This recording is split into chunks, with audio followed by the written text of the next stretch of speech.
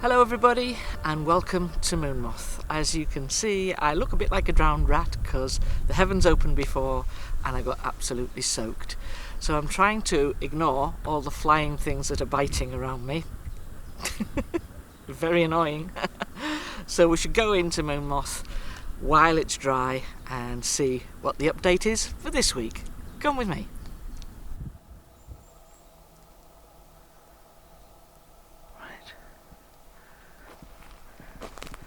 So is everybody well? Now it's early evening. It's 6 o'clock. And there are millions of flies here. Buzzy things. It's just interesting to see the clear paths through here. And from this angle, of course, you can see these two structures.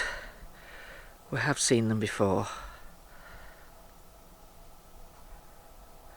One in front of the other.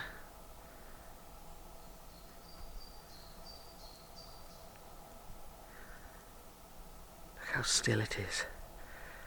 Still and very, very silent. Okay. Wow. Now, I nearly missed that.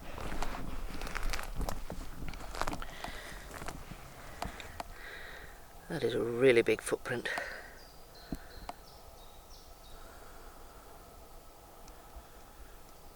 I have to find a better example than that.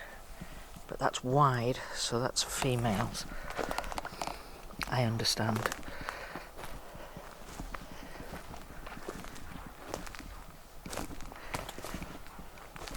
So the energy in here is really, really strong. I can really feel it.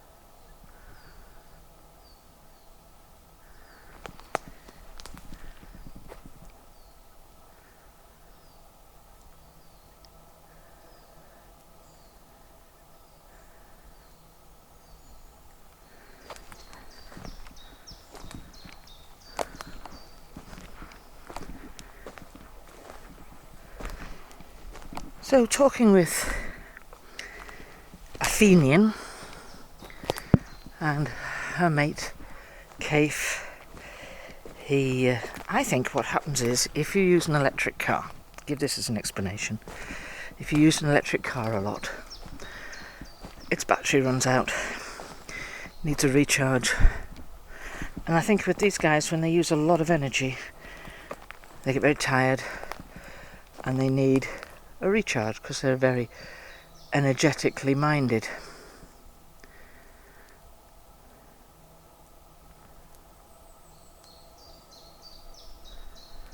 So my thought was that maybe Kaif has been feeling a little under the weather, and he has good days and bad days when he just needs to sit and rest. I don't know what that is down there.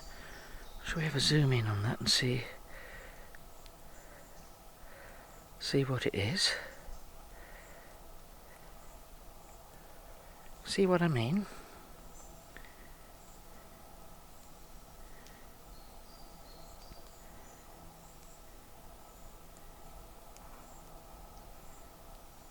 Looks like it's feathers.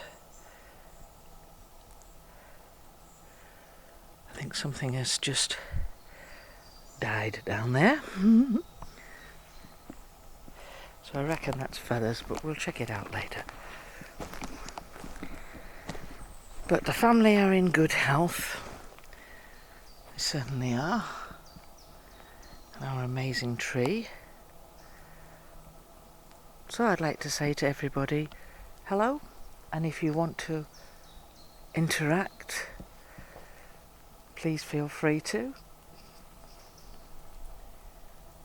I know you always do show yourself on the camera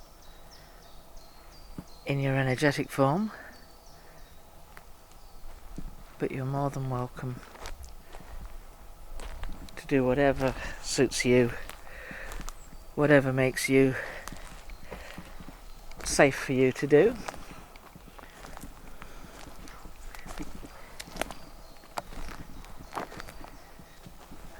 I believe we have quite a lot of the family here today. Now I can hear somebody saying to me, yes, we are 100% turnout. Isn't that fantastic? 100%. So everybody's here.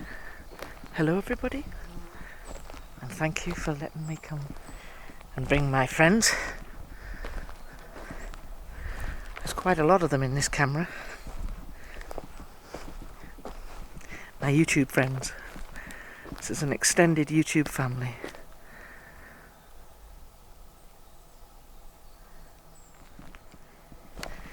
It's perfectly silent around here.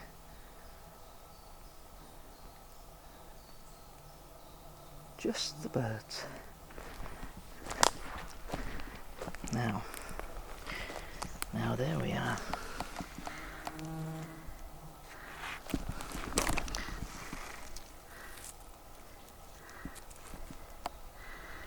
There's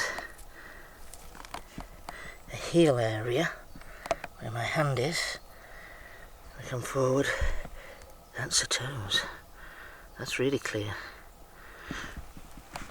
They are actually all over the place here.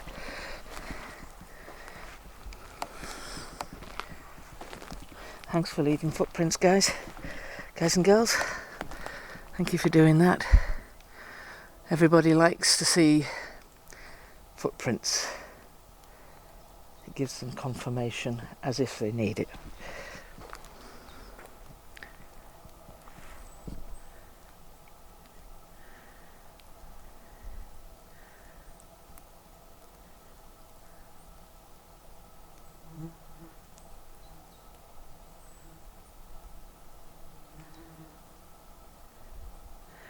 So we'll make our way up to the tree,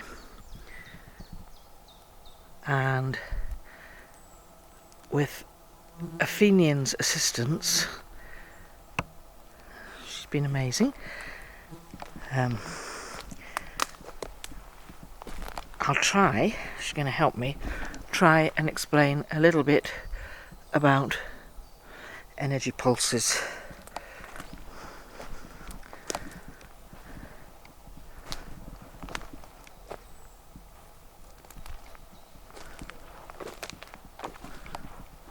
For now, why does this look really, really different? It really does. Something has been going on here. Can you see the way these trees are broken?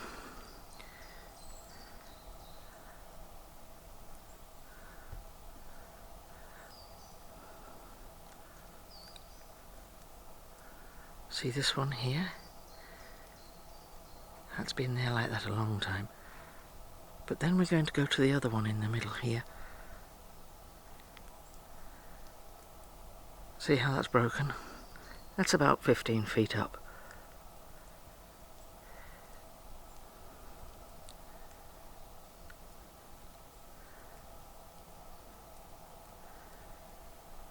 And then there's this one here.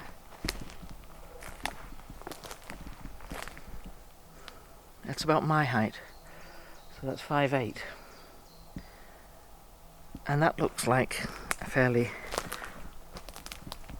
recent break. And then all this, that doesn't just land in there like that, that's been placed. It's almost like showing them how to make a blind so that you don't get spotted.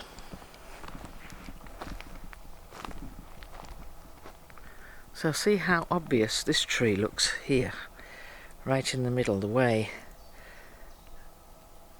it's got these 2 strips of bark peeled off it. That one's at 5 foot, the bottom part of that strip bark is at 5 foot, the top part is about 7 foot, and that is at about 10 foot on the top and 8.5 foot there. So that's quite high up. And it's an awful lot of bark for a squirrel to peel off.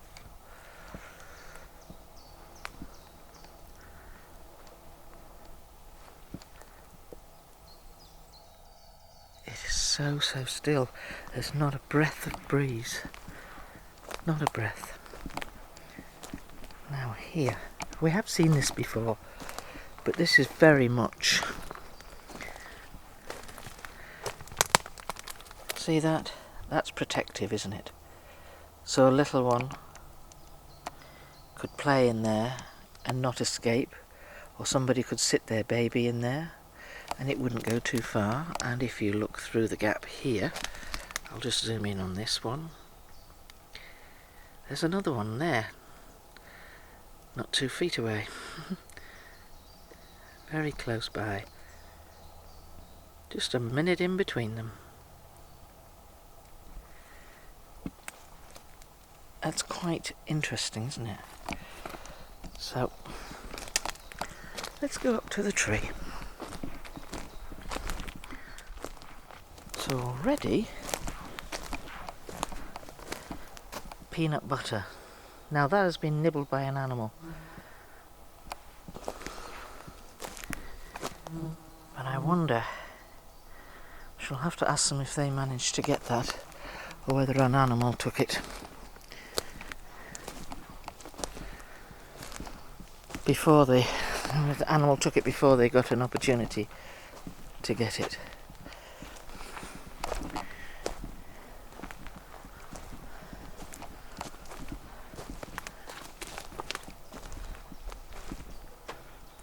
I have thought about going back to the old gifting spot here. I have thought about it, but I just feel it's a tad bit safer on that blind side of this hill, because you've really got to be aiming to walk right behind there. I mean, if I point the camera here, you can't see where the gifting area is, but it's directly in front of us. It's directly here, but you can't see it from here. So even if somebody was just nosing through, there you go, there's some of the bags, you wouldn't spot it. Wowzer. 1, 2, 3. I can see 3 Y sticks around there.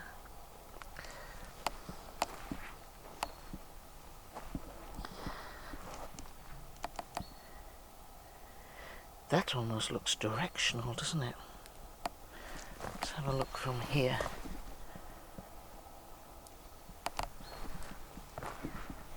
Almost looks directional. So this is the tree.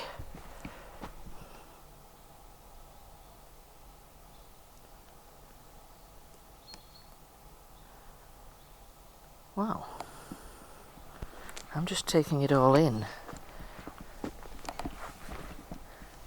I'll step here. Bits of paper. Bags. Okay, bags. And look at this. What have they done? They snapped a branch off. That branch there. There you go. It belongs either on here. I think it's either on here or on there. So it's easier for them to get at. That's good. It's easy for me too. And the marbles are still 6 marbles there. 8 marbles. Some of us can't count. 8 marbles. And a disco ball. Wow!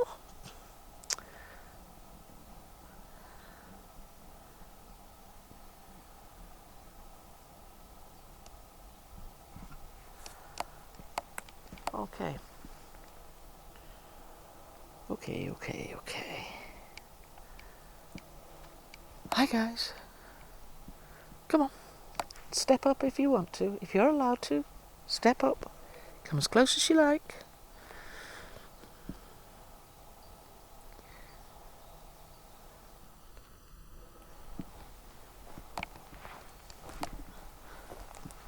So that yellow peanut butter lid has been started to be nibbled there.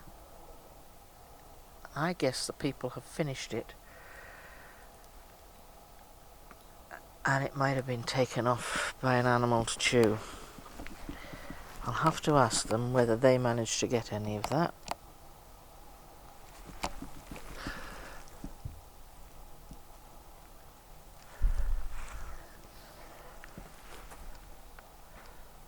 Alright. Okay. I'm going to do this tree as quickly as possible before it gets dark. So first of all, we've got some jellies. They're just sort of candies, jelly sweets. They're actually wine gums, but I don't think there's a trace of wine in them. And then there are some pecans. Quite nice. Then there's some cherries, because I know that Amagaba loves cherries. And then these things, there's not many of them left, they're hazelnuts. So what I'll do is I'll pop all that on the tree. So here we have the marbles and the disco ball. And those of you who are sharp-eyed might notice the shape of the marbles. And that is the shape of Orion. So I think that the family will get that straight away, knowing how strong their links are. So we'll leave that there for them. And then there's a fantastic mango there. Lovely and sweet mango. Now, I did try them last week on Sharon or persimmon. And there they are. They're very nice. Okay, and then I put all the apples over on this side this week. So we've got pink lady apples, which are pinkish. Oh, more pink lady apples, which are pinkish. Then there's some pears, and this is a papaya. Now, we don't grow them here, but I managed to get hold of one in a supermarket. So I thought that would be different for them. Then we've got these, the pecans, the jellies, the hazelnuts, and the cherries, because I know that Amagaba loves cherries. However, I thought I'll get just a little bag of these for Kaif, because Kaif's a little bit under the weather, and I thought it might brighten him up and he can share them with whoever he wants to. And I have a feeling that Amagaba will probably share his cherries with Kaif as well. And there you've got the incense and the peanut butter. And just in case it's very, very faint, but there is a small footprint there, from there to about there. Very small. So I wonder if that's Tababa, or more likely to be one of Sio's little girls. Right, so we'll leave the tree as it is, and we'll just go for a little wander.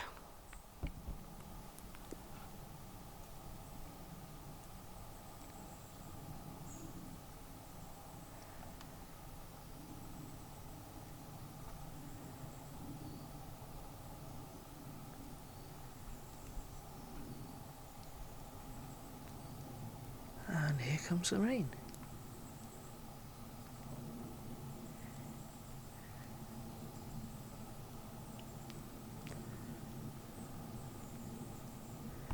Now it should know that it can only rain at night time, not when I'm doing this. It's against the law.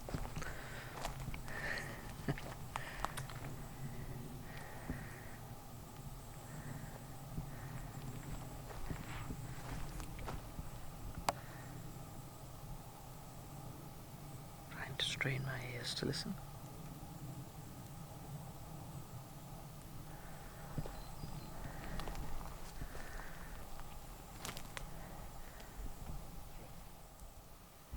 I'm just going to try to explain how energy moves within the forests.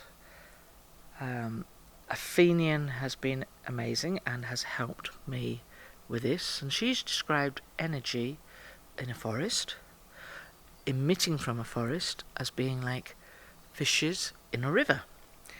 So I thought, wrongly, that the whole forest would be one mass of energy, and it isn't. Each individual tree emits energy. So if you imagine, it's all jostling with space, but they're all pulsing at more or less the same rate. And that looks just like fishes in a river, the way it moves. So you imagine like a group of little tiny minnows, or something like that, and see how they move. And that's what the energy does from a tree. So energy pulses, and it pulses, if you understand music, in a similar way as BPM, beats per minute. So for example, this is what 110 BPM sounds like.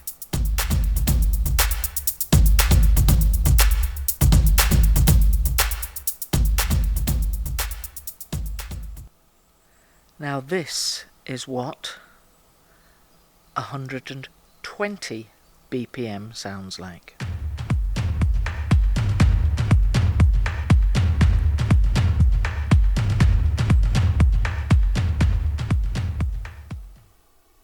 Now this is what 130 BPM sounds like.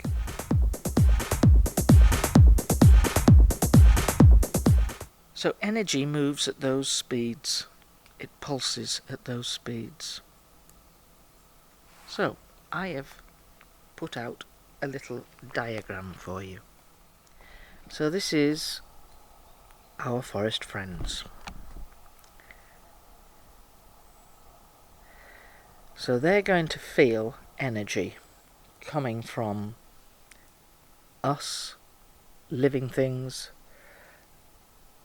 and Athenian has explained to me how they feel that, how that works. So I asked Athenian about trees. What rate do trees emit energy at? If it was measured, what sort of pulse rate would it be? And so they're round about 400 beats per minute. That's how fast energy emits from a tree. So that equates around about 70 pulses for every 10 seconds. 70 beats for every 10 seconds. That's how much energy is coming out. So that's going pretty fast. So what about human beings? Where are we? We are around about 600 beats per minute. So we pulse in a 10-second space. We pulse 100 beats. That's 100 times. So they can tell when the forest people, Sasquatch, Bigfoot, Chanu people, when they feel our presence, they feel our energy, and they can know immediately by the pulse, the way it pulses, the way it beeps. So think of a sonar on a submarine, that particular sound that sonar has. So if you imagine, that's what they feel. That's what touches their energy field. So what about a deer? So I thought deer would be a lot faster. Seemingly not. So deer are around about 425. Round about 425 beats. And that's per minute. So that's around 70 every 10 seconds. 70 pulses, 70 beats per minute. What about something like a little mouse? Does that give off energy? Of course it does. Everything gives off energy. Does it give off a signature? Yes, it does. So a mouse is a lot smaller. Even though it's darting about, it's a lot smaller. So a mouse is roughly 150 beats per minute. 150 pulses per minute. So that's round about 12 pulses every 10 seconds.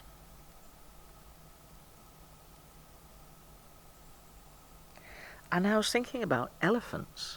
They must be massive. They must have a massive rate. And the answer is no, they don't. They are much larger, but theirs is around 300. It's quite surprising, isn't it? Quite surprising. And then I was asking about things, mechanical, machinery. So an aeroplane, it's completely off the scale. They wouldn't measure it, they wouldn't need to it. However, anything that was operating outside of Earth's environment, that would be picked up by them. So then, what about vehicles? And they do have a set pulse. They do emit energy, and they're so recognizable that the people don't have to sit and think, oh, that's a vehicle. They can tell. And they're around about 2,000 beats per minute. So roughly in a 10-second period, there's round about 200 pulses. So that's how energy is felt. It's like pulses of energy, pulsing. And every time it goes out, it's recognizable in the same way as we might hear an animal's call and we think, that's the bark of a deer, of a stag deer, or that is the very, very distinctive hiss of a snake giving you a warning. You know exactly what that sound is when you hear it. And the same with the people. I don't believe that they have to think about it, but I believe that they immediately know, their senses immediately know. So then that becomes very, very individual, and rather like a thumbprint, rather like a handprint or a QR code, barcode. We each have an individual signature, an individual energy pulse. So they know what frequency range we're in because they'll put us within a certain beats per minute or pulses. The body will recognise that, and then they'll know, uh-oh, that clomping around the bottom of the forest, that's Sally, she's back again. And then there might be a strange one, and they might think, that's it's definitely human, but it's different. Don't know who that one is.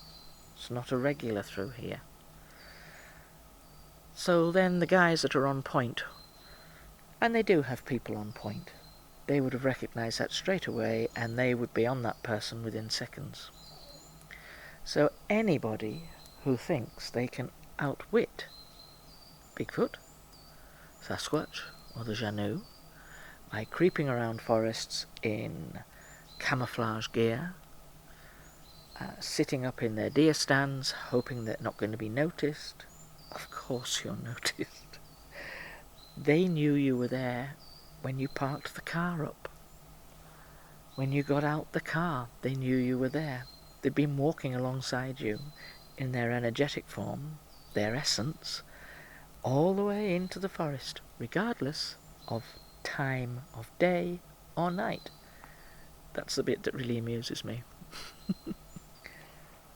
So I just thought you might find that interesting, and that was really explained to me with the help, and by the help, of a Fenian. And I'd say thank you to her for that.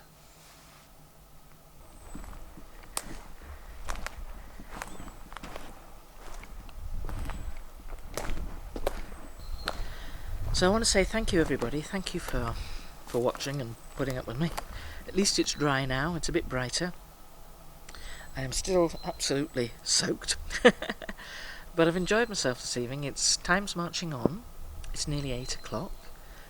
And the forest, I believe, belongs to the family now. So I'm going to leave it back to them. Take care. Be kind. In word, thought, and deed.